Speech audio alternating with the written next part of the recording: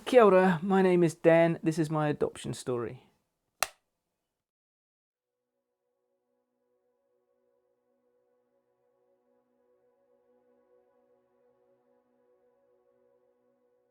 My name is Dan. I was born in the United Kingdom 1972 in the city of Manchester.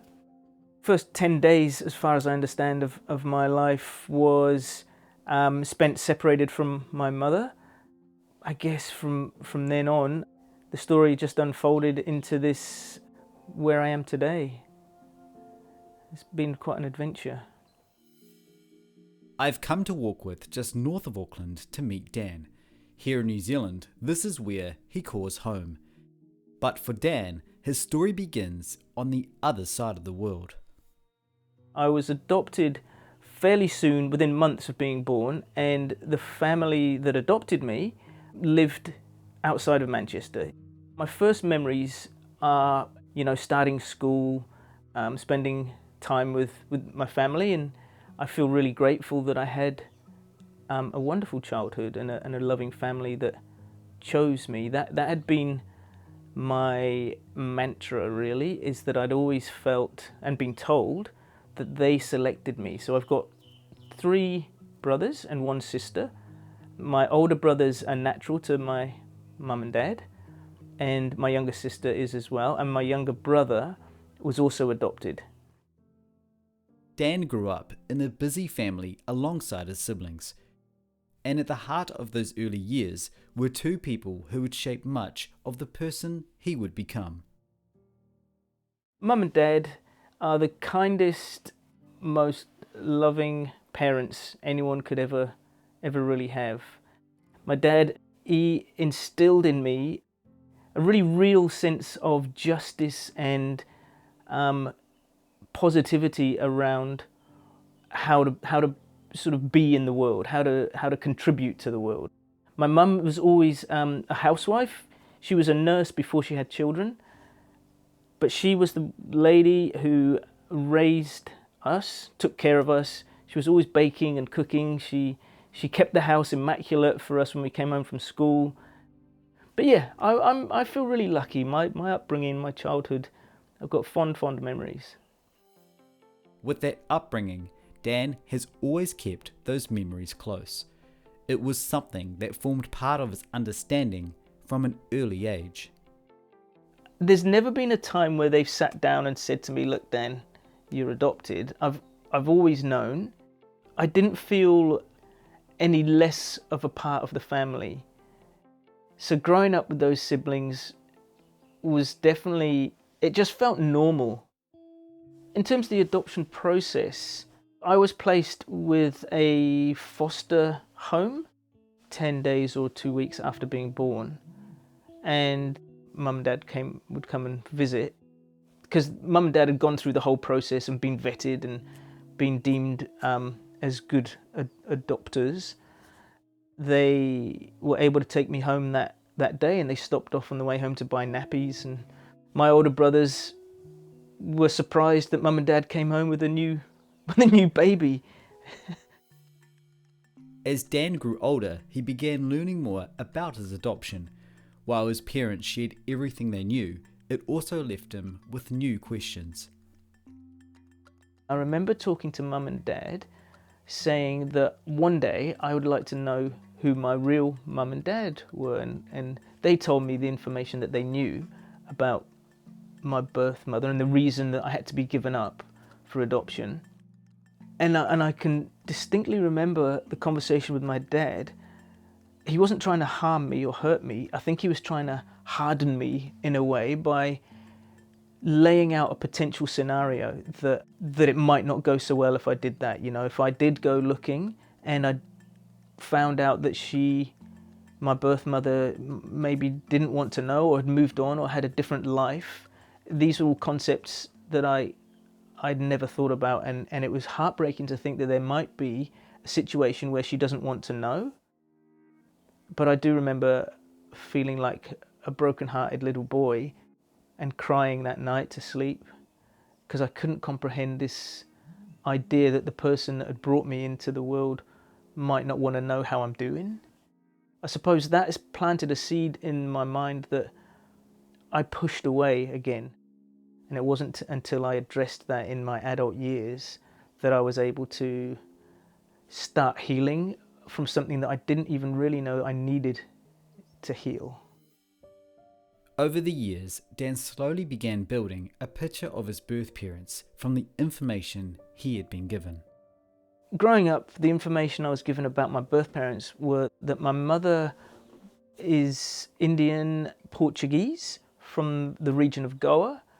India, southern India, is where she was born. And she was young when I was born. She was 16. From my father's side, the information I had was that he was African Caribbean. I was always told that my dad was tall and Jamaican and in the military. In terms of imagining what my birth parents would look like, it was purely just to look at them. I just wanted to see if there was anything that I could see in another person that would remind me of myself. For Dan, it wasn't until later in life that he decided it was time to learn more with the information he had. Finding my birth family was something that I started thinking about probably in my late teens, early 20s. I started with phone books, really. I can remember going to the library and finding Manchester and Greater Manchester phone books. Eventually, I came across a number. The gentleman, he was my mum's brother, so my uncle. He was the first person I'd ever connected with who was a blood relative, and it was a massive deal for me. He led me to believe that he had no contact with my birth mother, and he told me that when their father, my granddad, passed away, all the siblings lost touch with each other. So that I just had to sit on this feeling that I'd come as far as I could, and that's as far as I'm going to get in terms of meeting any sort of blood relatives. Although the search had come to a standstill, Dan never imagined that several years later, everything was about to change. It wasn't until maybe 5 years later that I got a phone call from my girlfriend at the time. She said, I've got some information here. I found something online. You need to sit down. Are you near a chair? Sit down. And she read out this post on a missing persons website. And it was a paragraph. Someone was looking for me, and there was an email address and a phone number. I got on the phone, and the person that answered the phone was actually my half-sister. I didn't even know I had a half-sister, and we were. She said, yep, your mum's here if you want to speak to her, and she came on the phone, but it was a lot of tears. She didn't speak that much other than tears of like relief, and you could just hear. And it was very, very emotional on the phone. And then that weekend, I jumped on a train to visit. Finding her and meeting my half-sister and half-brother that I didn't know existed was the biggest, most incredible, strange, emotional experience. It was like the end of this journey that I didn't think I'd ever get to. The emotions, the tears, the sense of relief that I could hear in her voice it felt really profound. It's a big deal, of course it is. I learned a lot about my mum's life that very weekend. We just bonded and held each other, and I felt really comfortable straight away talking with her and just sharing everything and all the catching up. We talked about, we've got to catch up. And the traumas that she's endured is really, really heartbreaking. Even though it seemed unkind that my uncle had not informed her that I'd been in touch, if we had been in touch at that time, I know it might have made things quite difficult for her at that time. While that first meeting answered many questions, it also gave Dan a deeper understanding of his birth mother's life. It was also a weekend captured with those photographs that still take him back to those first moments. I really like this photo. It's really natural. We had an instant connection. It just felt really natural being around them. Yeah. My half brother, sad to say, he's passed away now, but he was born, I think, 4 years after me. He was a fizzing ball of energy, but he had learning difficulties and vision problems. Oh, really? Yeah. And yeah, Must have felt like yesterday, that visit. yeah, it's still pretty fresh. Yeah. Yeah, I think about it a lot. It must have been surreal for your birth mother too, and do you put yourself in her shoes a lot? Yeah, a lot of what's helped me, I think, with managing the emotions around it all is the compassion for what it's like for everyone else in the triangle of adoption. Yeah. Thinking about what it was like for her having to give me up in the first place and finding out her story. You know, it was against her will. It wasn't what she wanted. Yeah. My heart really broke multiple times hearing about the toughness of her life, right back to her having to make the decision to give me up for adoption, which she's always really staunchly stated was not her choice. And I've never had this sense of, resentment or blame. Like I have admiration for her, for everything she's got through, and still able to, laugh and smile and love and care. I'm extremely proud of her for what she's done. While meeting his birth mother answered so many questions, there was still so much Dan didn't know about his birth father. She told me what she knew about him, and that they were boyfriend and girlfriend, and that they'd met at a local youth club. They sort of lost touch. So I don't even know if he knew that she was pregnant. He might not know that I even exist. She tried to get back in touch with him and tried to contact him, and she couldn't. We don't really know where to go from here, sort of thing. While documenting Dan's story, he showed me the family tree he'd been building over the years, along with his DNA results, all part of his ongoing search for his birth father. Years later, that search continues, with the hope that one day a new DNA match or family connection may provide the answers he's been looking for. We just don't have enough information about him, I think.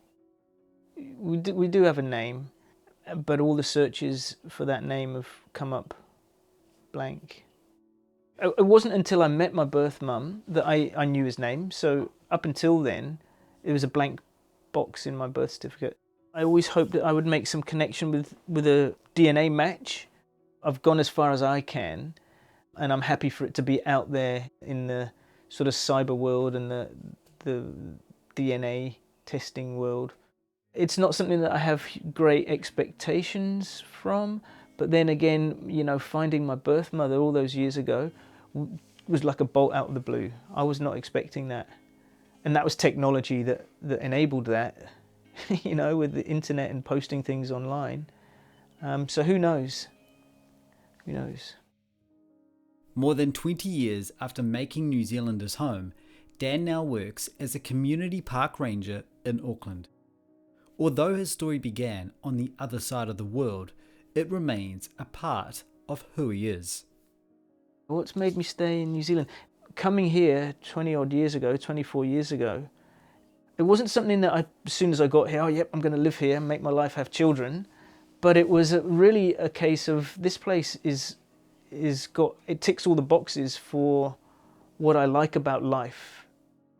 I've got 2 amazing kids. Their mother is half Maori. So for me, their heritage, their whakapapa is really, really important for their development. While the search for his birth father remains open, Dan is now looking towards the next chapter in his story, one he hopes to one day share with his birth mother.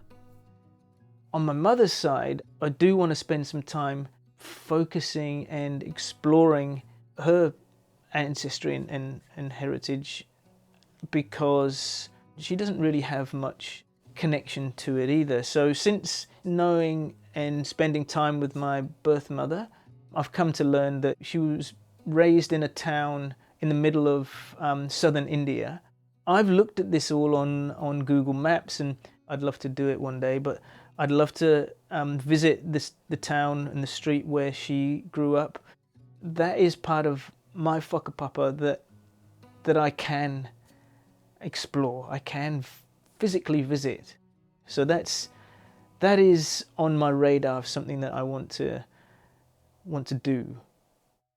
I'm really grateful to be able to share. People that are hurting, I would like people to know that you're not alone with that.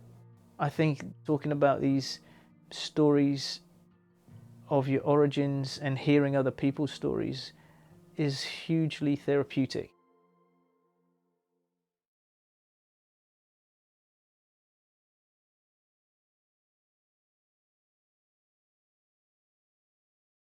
I really just want to say a massive thank you to you, Dan, for sharing your story as part of my An Adoption Story series for 2026. I also want to say a massive thank you to all of you, the viewers here on my YouTube channel, who have been watching my series so far for this year. And it's been pretty incredible to see the impact it has been making. I think it's so important to be able to share all these stories because it shows and highlights all sides of adoption, the complexities, everything that comes with it, and I just really can't thank all of you enough so much. And right now, I'm actually in Porto, Portugal, so I'm quite far away from home, and the view behind me is stunning. It's beautiful. It's a little bit noisy because I'm near the main road, but the reason why I'm here is because I've been asked to introduce a symposium for the first ever time. I've never done this before, with others adopted from overseas countries, as well as presenting my An Adoption Story series to a lot of people for a conference that's related to adoption. So yes, I'm quite nervous. It's good to be here, the other side of the world, nice and hot. And of course, I also want to say a massive thank you to my supporters, whether it's up on Patreon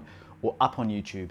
I can't thank all of you enough because it really does help. It helps me to continue making this series, and with more stories to come this year for 2026. But for now though, I'm going to prepare for the next story that I'm going to be filming back in New Zealand, as well as getting ready for this symposium that I'm going to be doing this week, as well as presenting my series. So I'm very grateful for that, and it's good to be here, and I can't thank all of you enough. Thank you again so much for watching Dan's story. Thank you to you, Dan, so much as well. It all means so much to me.